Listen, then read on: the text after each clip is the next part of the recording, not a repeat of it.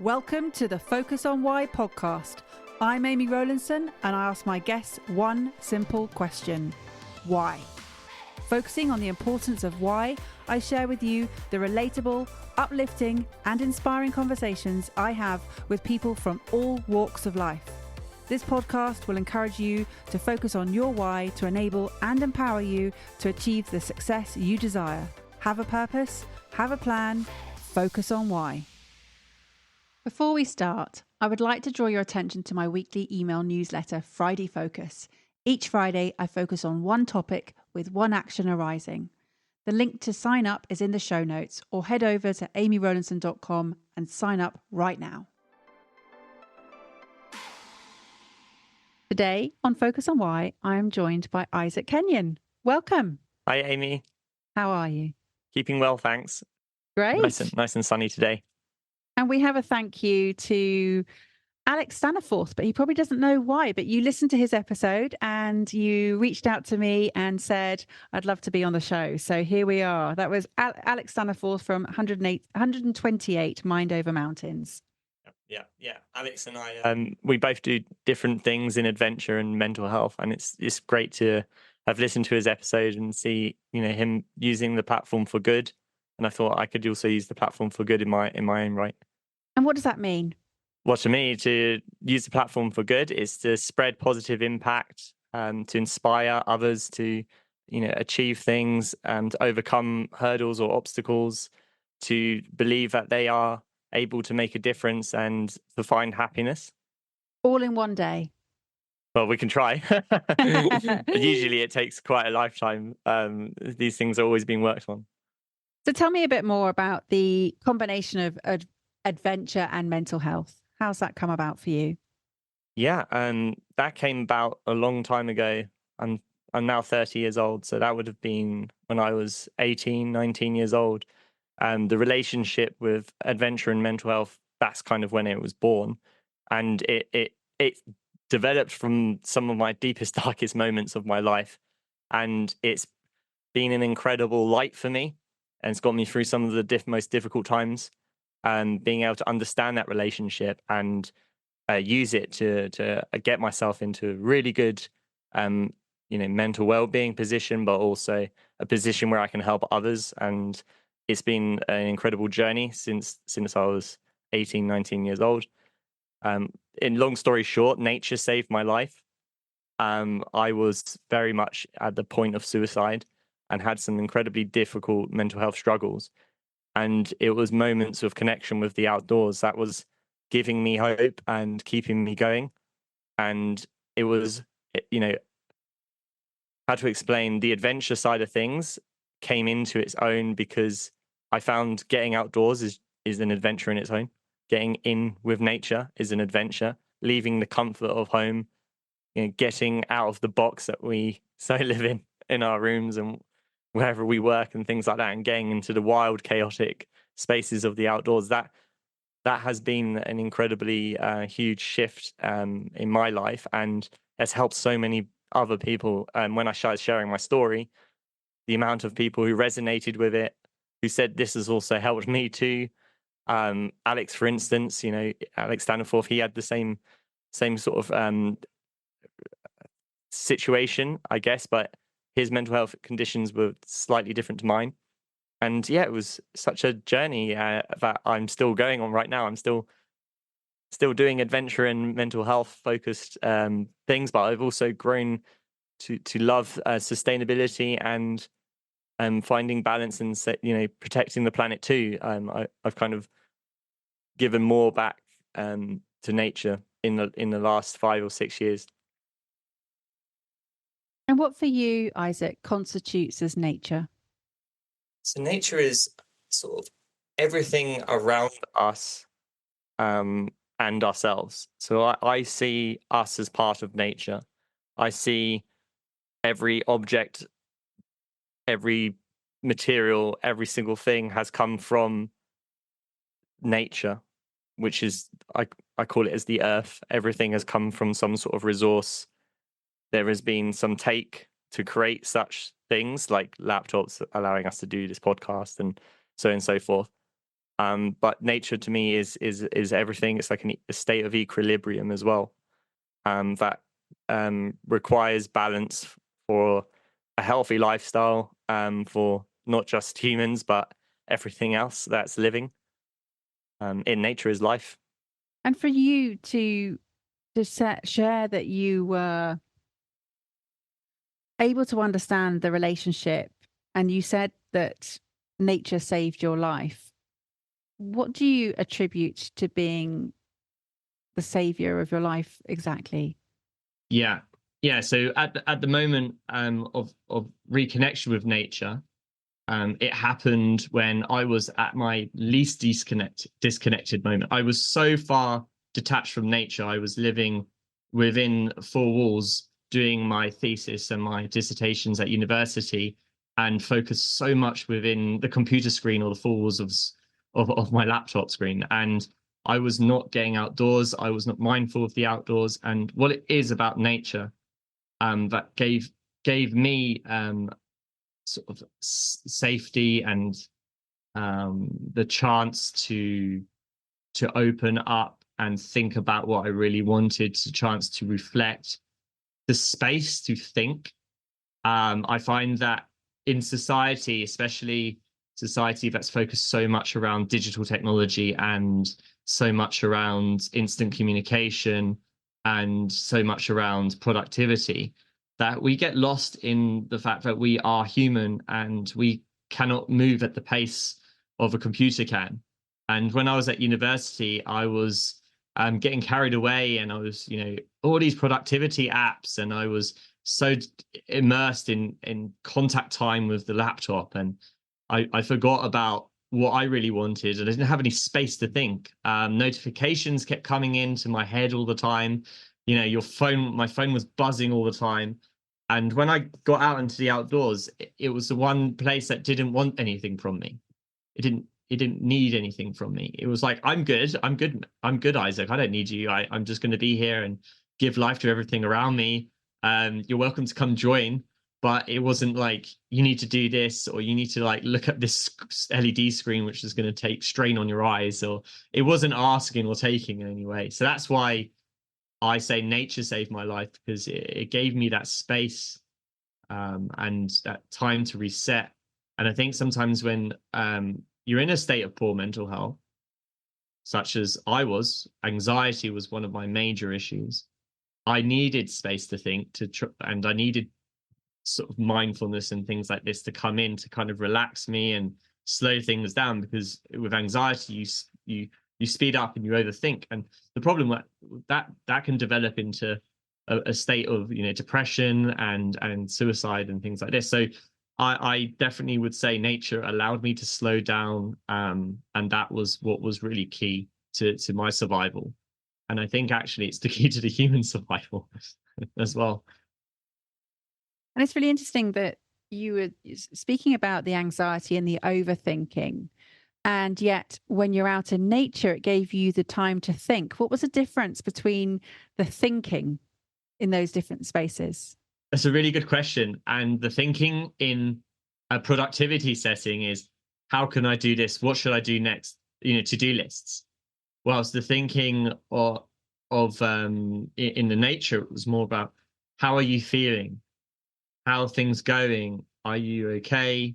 It was like having a counselor, if that makes sense. Within my own mind, I had like a therapy session outdoors. And I wasn't getting that when I was, immersed in my laptop. The computer never asks, how are you feeling? It's saying, enter this, type that. It's asking you to do more productivity. It's asking you for things that you might not want. Then you're getting all these adverts coming in and out. You go on your phone nowadays, you go on social media, it's just constant adverts. And this is all playing on the psychology of the mind to fill your mind up with things that you may not necessarily want. So I had a mind that was just full of junk, really, at this point, just full of junk. And I was in nature almost getting rid of the junk and filling it with things that I cared about as a person, from myself, my own thoughts, rather than thoughts that were being implanted on me. And that's where I think the difference was. That was the penny drop moment. It came from a feeling first, and then I went into the science later and kind of understood that what was going on. And what's really interesting is that we're very conscious about what we ingest in terms of food, in terms of liquid, in terms of everything that we put into our body, and also what we put onto our body in terms of products and things like that. What about the content we're putting into our mind? Exactly, that is it. Information. What information do you choose to take in? What information, when you say take in, it's going into you. You're storing it. It's almost, I think of this as like, what would you fill your house with? Do you want to fill your house with junk? That's what goes on in your brain, in your mind sometimes. And I found also at this time, I was a slave to appointments and diary and stuff at the same time. There was lots of meetings and things going on. And what I found myself was, as I was walking around from meeting to meeting, like driven by this robotic diary schedule, and I wasn't in control of it at some stage. There was a stage where I was following it, and that I think comes into its own. It's like taking into information, but you can get into a point where you take in so much content and information that you lose where you are, and you lose your own timeline. And that's what happened to me. And where do you feel in that timeline you felt lost? What was the moment when you identified that you were lost in your timeline? I woke up in the dark, and I would then remember specifically having this strange ghost form of myself, where I looked at the time on the laptop in the faculty laboratory room that I was working in, 3 a.m. So I woke up at 7 a.m. and I was working until 3 a.m. So I worked all Friday, and I looked at it, and then there was this ghost form.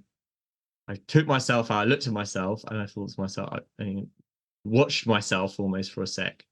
I watched myself, and I saw that I had not even taken in the outdoors or even knew if I had seen daylight. I couldn't even tell you if I saw daylight that day.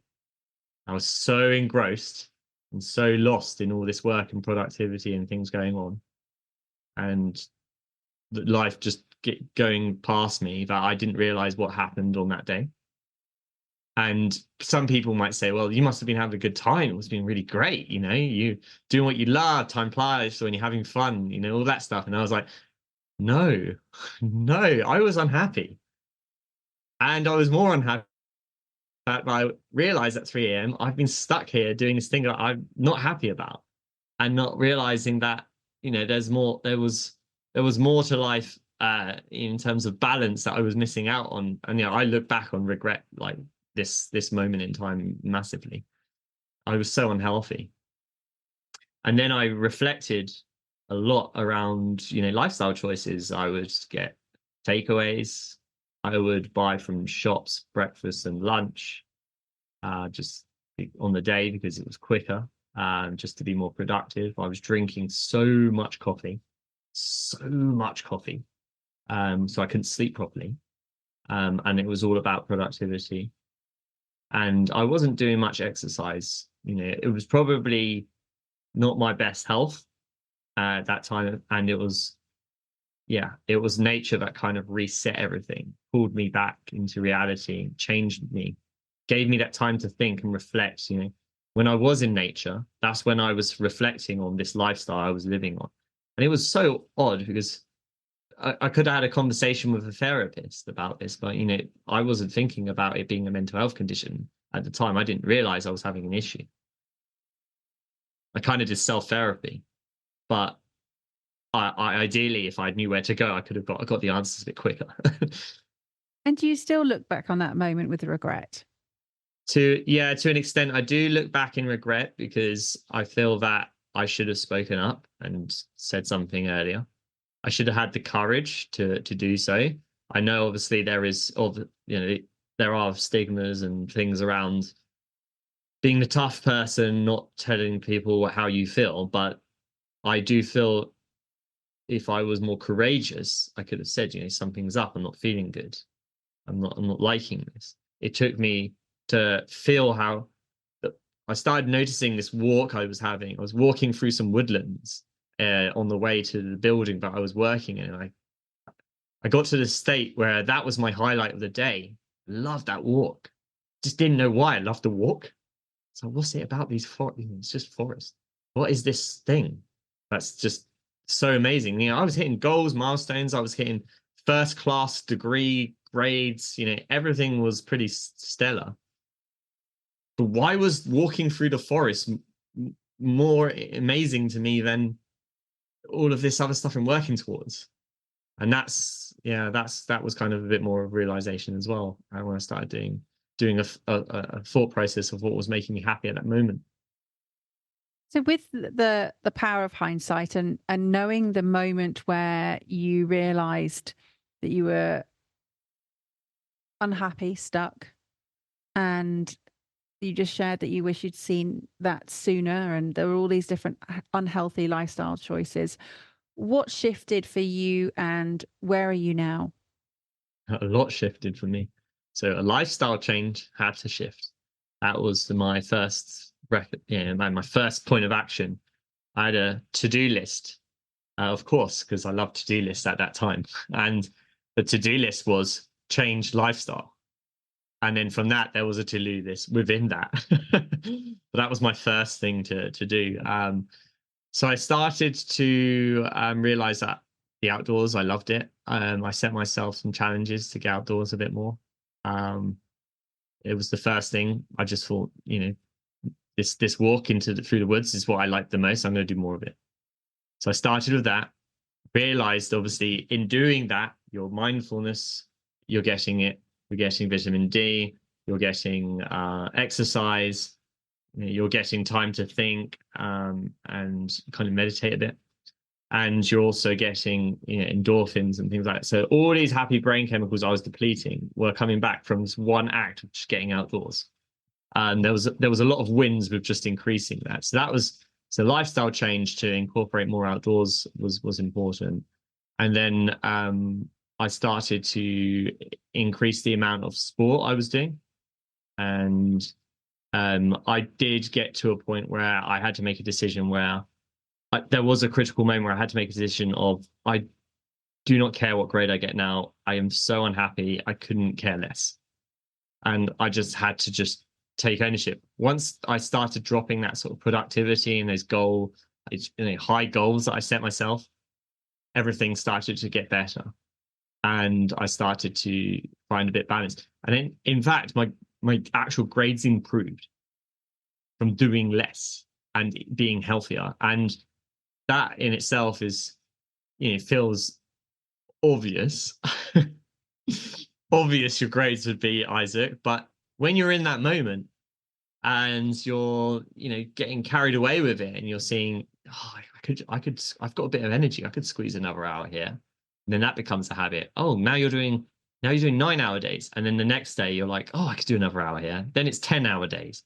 And then it's 11-hour days and 12-hour days, 13 hours. And then you realize that actually you're going into your own sort of productivity demise, I call it. And yeah, so what I was doing is changing lifestyle so that I was preventing myself. I made strict time differences, work time differences. 9 hours from here to here, that's it, work. Outside those hours, no. I made sure that later on to develop my diet, I knew that I was eating junk food. I knew I was eating junk food. I was just doing it because it was quicker. And I decided now I've got all this other time because I've made strict work hours, I can now make my own dinners. And that was great.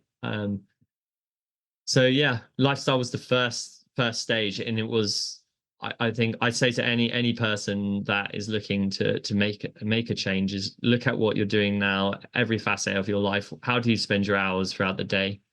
What do you consume? As I loved how you spoke about that, Amy, around what you eat, and we think about what we take in. Basically, I think what information are you consuming, and that side of things is really important. So yeah, the lifestyle change was huge. but that I had to have a behavior change first, and that was that penny drop moment. And I found the behavior change first, the lifestyle change came after.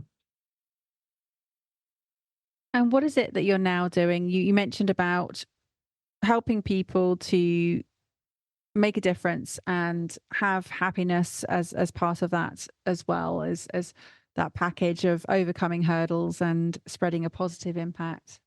Yes, so I'm getting into a sort of a big purpose-driven why, which is around empowering individuals to take ownership of their mental health, to support each other and give back to the environment. And that's kind of my big why and what I'm doing. This is sort of where all of this has come into its own. And the reason I've chosen that as my purpose or why, and everything I do is now stemming from this. Speaking, for instance, helps empower people to take ownership of their mental health. Also empowers people to maybe protect the environment, or work better in a team. And those things are important. But I also do adventure experiences as well to reconnect people with the outdoors. And that reconnection is what helped me. And sometimes, 10 people might come on one of these trips. One may say this was amazing. That for me is great impact. Even if just one person said, this has changed my life. And when they say that, they mean they've changed their lifestyle and their behavior. And if it's making a positive impact, it's making them feel happier, then I'm feeling great about that, because deep down, I don't want anyone to have gone through the trauma that I've went through. I followed, I guess societal's productivity, capitalistic route. I was just pumping out more and more of my effort and time to make better grades or results or returns, whatever you want to call it. I was in that flow, and I was giving more to this than I was to myself. And I now empower people to sort of look at themselves and make sure that they're getting benefits too, and so is the environment and the people around them. And the reason why I say environment is because without a stable environment, we don't have a stable world, which again will be a knock-on effect for everybody, won't it? Because if we don't have a good environment, then we're all suffering. And if we don't have good mental health, then the individual suffers. And if our team is unhappy, then the team suffers, and you're part of that team. So then it's going to suffer together, right? So let's empower to do positive change within our teams, the environment, and the mental health of each other. So that's what I'm working on. And tell me the importance of adventure and how that fits into the work that you're doing, but also what that gives the individual and those around them as part of an adventure. Yeah. So my definition of adventure is taking a leap of faith to try something new and see how it goes. So adventure for me could be writing a book, or changing your job, or it's a journey. It's doing something you've not done before. And adventure for me is fundamentally a mindset that allowed one to change their lifestyle or change their behavior so that they can better themselves or improve their happiness levels. And sometimes if you're unhappy and you're just stuck in a rut, that unhappiness can get worse and worse and worse over time. And the fear of going outside of your comfort zone to try something new is holding you back to move out of that unhappiness world that you're in. And that happened to me. There was a bit of a fear to jump into this outdoor lifestyle thing, but I just thought, what, life can't be worse. I'm thinking of taking my life here. I'm going to take the leap. And I changed my lifestyle, and that for me was the biggest adventure of all. I've done all these world records and big things, rowing across oceans and incredible adventures that people say impossible. But deep down, my biggest adventure was taking ownership of my mental well-being and changing my lifestyle.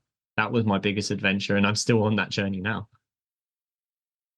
And that shouldn't be underestimated. You're absolutely right. It's easy to quantify and measure a world record or attempt in an adventure. So it's because people can say, well, it go from A to B in a shortest time.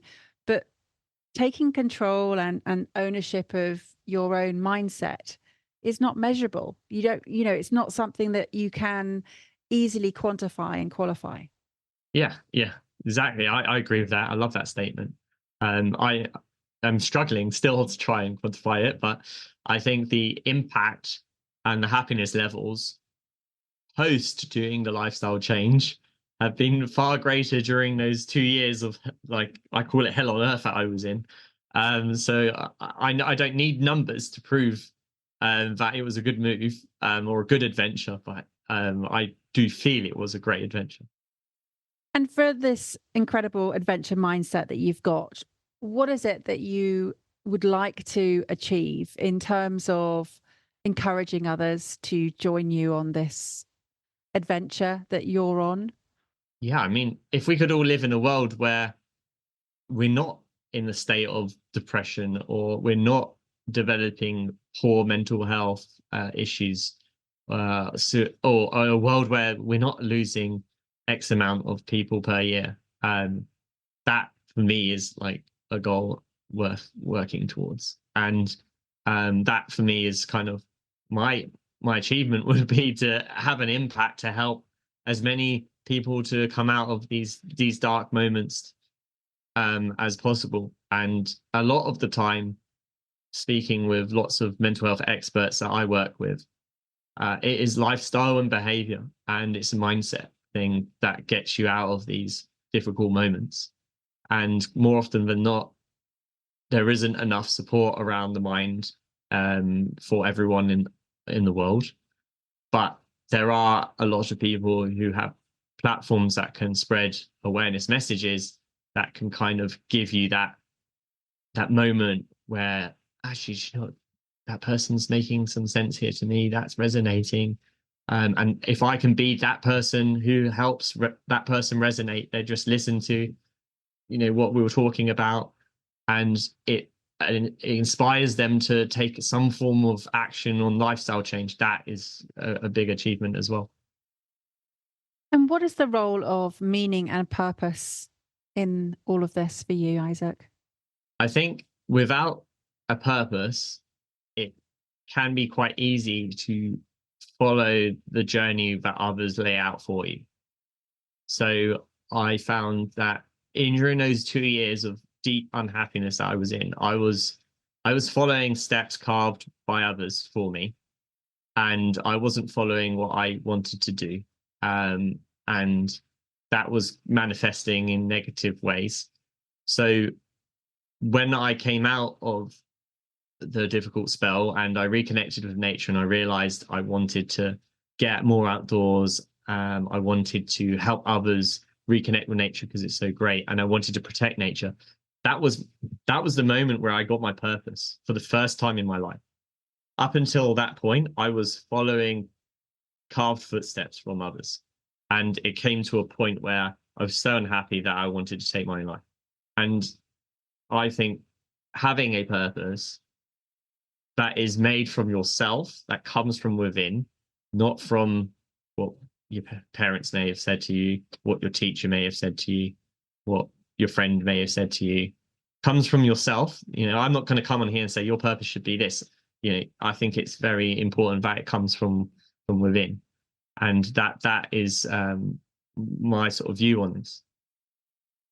Yeah, well, I'm with you. I totally understand how you can get swept up in other people's dreams and journeys, and if you don't have a clear intention yourself of what it is that you want to create in the world, then you do follow the paths of others and realize that there is going to be likely to be an incongruence with your own values, and as a result, it's where people fall into the spell or the myth that you find your purpose because they see other people who have perceived or are perceived to have found it.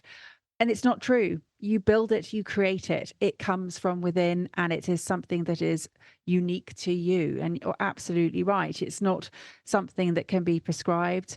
And that's why in this podcast, I've had hundreds of people talking about their purpose and very few are the same, if any. None are identical. Everyone's got their own journey that they're on with their own purpose, and it's so important for me to help people to understand that that is the case, that you have your own unique path to carve in life. Yeah, I agree with that. And it was great to know that you have met so many people who've done this, because it shows, or anyone listening will hear, that there's so many ways you can go about it. Doesn't have to be one fits all. You can take inspiration from lots of different places. Please don't take inspiration from AI. I'd love to hear your view on AI at some point anyway, around purpose, because and ways of doing things, because it's such a tool that can be used to create creativity for oneself without being creative. And I find it incredibly interesting to see how this will impact society, and how people's purpose may change, because loads of the jobs will not be perhaps available in the future, and you don't need to think anymore, because you can create from using something that creates for you. And it's interesting. Yeah, I have just written a book about purpose, and you'll be pleased to hear that AI does not feature in it once. Now, there are exercises at the end of each chapter which are reflection with action. And reflection for me is about understanding what has happened in the past. Action is how you can put your purpose into motion. So it's a combination of the two. And I don't think that you can necessarily, or you can't go elsewhere. It's about, for you personally, that journey of the reflection with action process is, and there are lots of different exercises exploring lots of different ways. And yes, going out into nature, walking outside is often where you have those most creative moments. Even being in the shower is where you have those most creative moments. My goodness, I call them shower moments. And I mean, that's not an original name. It's a fact. Everybody has these moments. But when you're sitting watching the rain trickle down the window, those moments of daydream, or when you first wake up in that sort of alpha frequency, is a powerful creative state. And often that's when, if you get pen to paper, journaling, you take down some really curious ways of exploring, and you can adventure that way. But absolutely, it's so key to understand that everyone is creative. And I think that that's a block that many people have, that they don't feel they are creative people or individual themselves. And it's just not true. It's just a case of, how are you allowing that creativity to manifest within? Totally. And when you said people don't feel that they can be creative, more often than not, I get, "You're crazy. That's impossible. Why would you do that?" I get so many negative comments regarding me doing these moments of creation I've come up with in my brain, in my thinking, from nature's gift sometimes. But going outdoors and doing these adventures, I'm always often seen as, "Oh, the crazy one, you're the mad one." And I just think to myself, well, I'm just following my own creative goals, like the things that I'm coming from within. It was alarming to hear that from so many people, because it makes me feel like, if they're not open to someone else's creative goals, are they open to their own? And that's where I was like, right, I want to make an impact and try and help people, come to terms with their own sort of mental well-being, protecting the environment, things like this, because that helps breed that process, doesn't it? And I'm sure this podcast does too. Help people think about their own purpose. But it was scary to be called crazy so much. And I always say that to people, like, you calling me crazy, but have you got any ideas about your own things that you're willing to share? I'm sure they have ideas, but they won't share them. It definitely says more about them than it does about you, Isaac. In terms of, you're willing to take a risk. You're willing to try things out. You're willing to explore. And if you think about all the great things that have been created by accident, for example. So inventions that have been created from trying to create something else. And then as a byproduct, that's happened. So whether it be Slinky Toy or Post-it notes or penicillin or whatever those inventions are, they were sort of accidental. And so what happens when you're creative is that you have that opportunity to see things that might not ever have happened or occurred, or and it is taking a risk. It is, as you said, the hardest thing for you was that taking ownership and taking ownership of an idea and taking it into fruition is really admirable. And as I said, it will inspire some, and it will also inject some fear in others, but it says more about them than it does about you. Yeah, definitely. It was that moment when I did go outdoors, for not the first time, of course, the time I realized it was good for me. So I call it my first reconnection. That moment there was an incredible creativity thought process that changed everything, where I had to believe this thing was helping me. I had to sit there and be like, do you know what? I have a hypothesis. This is helping me. This is helping me. And if I didn't have that thinking, I may never have carried on. So yeah, it was good. I'm sure all of your adventures have been exciting for different reasons, but is there one that you'd like to share with us for a specific reason?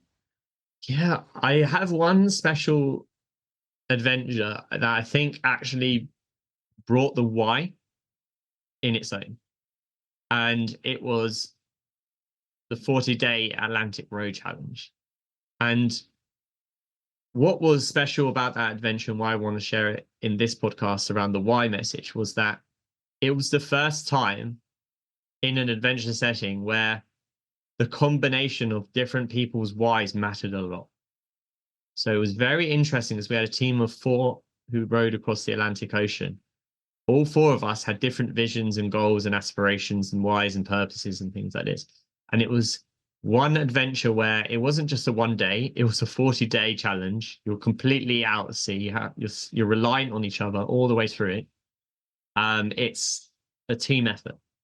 And when you're out in the ocean, there isn't the getaway, get me out of here sort of thing. It's quite tough to get evacuated. And things are difficult out there. Big 20-foot rolling storms, seas made by storms and things like this. It's very adverse. And what I loved about that adventure was that despite having different whys, I was with individuals who had their own purposes, had found their own goals, and were very driven. But despite all our differences, we were able to come together on a common goal. And that was the first time I realized that it matters a lot that your purpose meets other people's purposes for your own happiness. When I came to terms with my poor mental health and made that my own sort of purpose out of the recovery process using nature, I realized at that point that these were the things that mattered to me, but I was still working jobs or doing things that weren't aligned. And when I came to building this team for the Atlantic Road Challenge, I realized that if these things aren't aligned or the purposes aren't aligned amongst the team, it can be quite difficult and challenging and perhaps may never happen. And then I came to recollection that, well, maybe I should be thinking about that around my job, around my relationships, everything. Otherwise, I'm just causing friction with my true meaning.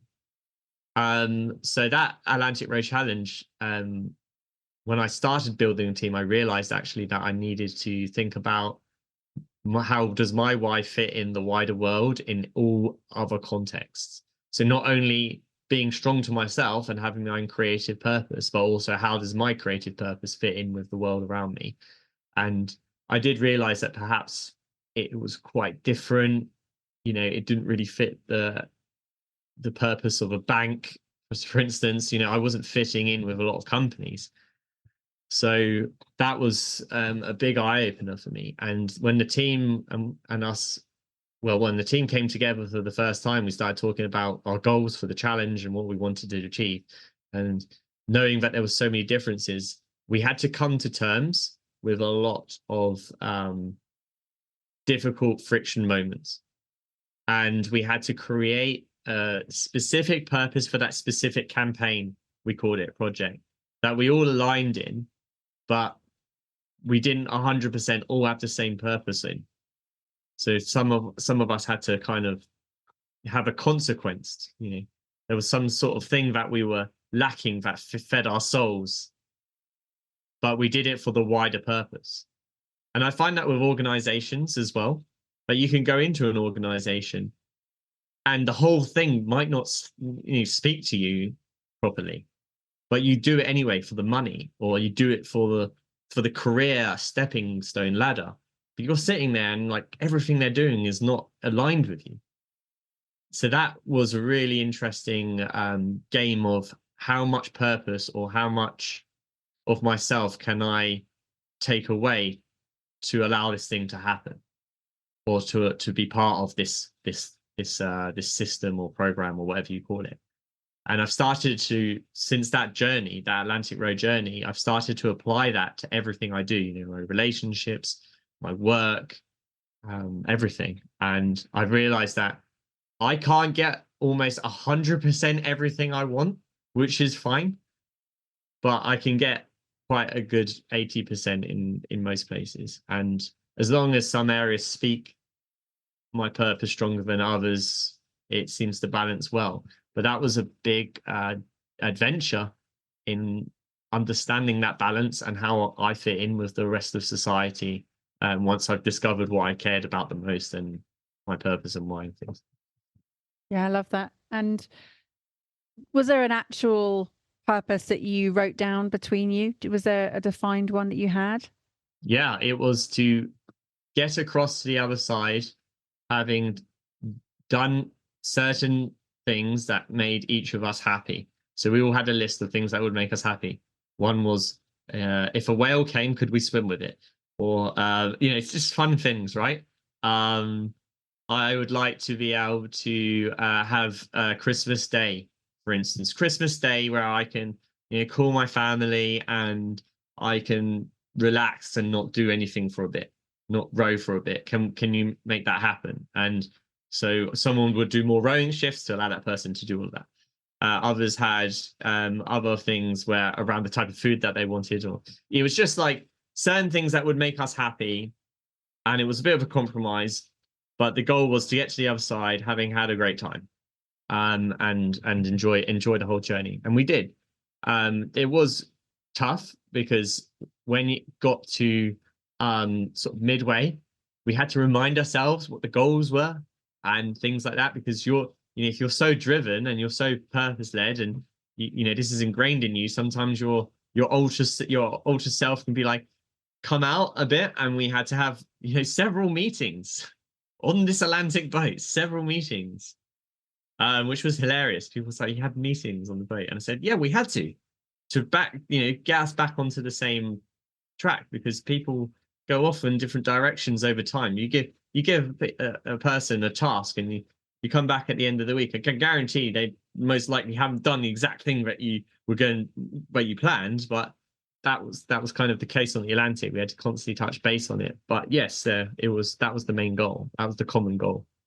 And it's so important that you had defined those before you'd left, because the mindset and the adversity of the challenge would have shifted a lot of things for you. Wow, Isaac, honestly, I could talk to you about all of these different adventures for ages. It's just so fascinating. Thank you for sharing them. How would people get in touch with you or get involved in your next adventure? Oh yeah, I'm always interested in people getting involved in adventures, and I like to help motivate people to do them. You get in touch with me at isaackenyon.com, and there you'll find my email and all the social media links, LinkedIn, Instagram, all of that. So that's the best place to go to get involved. Fantastic. Well, thank you so much for sharing. It's been a real privilege to be able to share your journey here. Have you got some final words, please, for the audience? Yes, I do have some final words. I'd like to read, and I think that sometimes reading is a great way to also get inspiration and things like that. So if there was a book that you were looking to read that is around, why and purpose and things like that, I'm holding it to to Amy to see, but it's called Lost Connection, and it's written by Johann Hari. And I've read this book, and it's really interesting around depression, anxiety, but also around why. It came to me after I developed my own why and purpose, but I kind of wish I had read it at the time when I was going through a difficult phase. But it's a great book, incredible perspective. So It is a great book, and I'm just going to jump in and share that I have read that several times because I've listened to it. It's a great book to listen to. What specifically is the message that you would like to leave the audience from that book or from your experience? my message to everyone is to not be afraid of your own creativity. How has this conversation had an impact on you? What value have you received from tuning in? What are your reflections with actions? Please take a moment to leave me an Apple Podcast or Spotify review sharing how Focus on Why has made a difference to you today. Remember, the conversation doesn't end here. To keep it going, simply connect with me on LinkedIn, Instagram, Facebook or Twitter, or join the Focus on Why Facebook group. All the links are in the show notes. Have a purpose, have a plan, focus on why.